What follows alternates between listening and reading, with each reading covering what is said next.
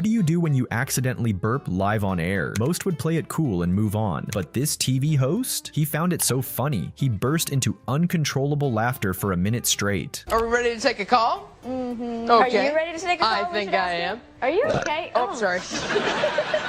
Well, let's put you over with Justin from Madisonville, Kentucky.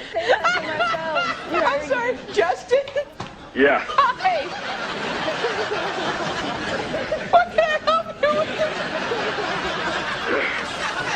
Anyway, my question is about spam on the internet.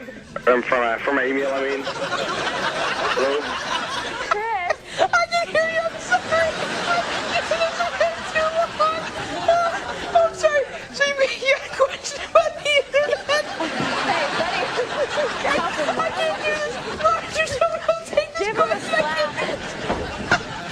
Come on, buddy. Shake him, shake him.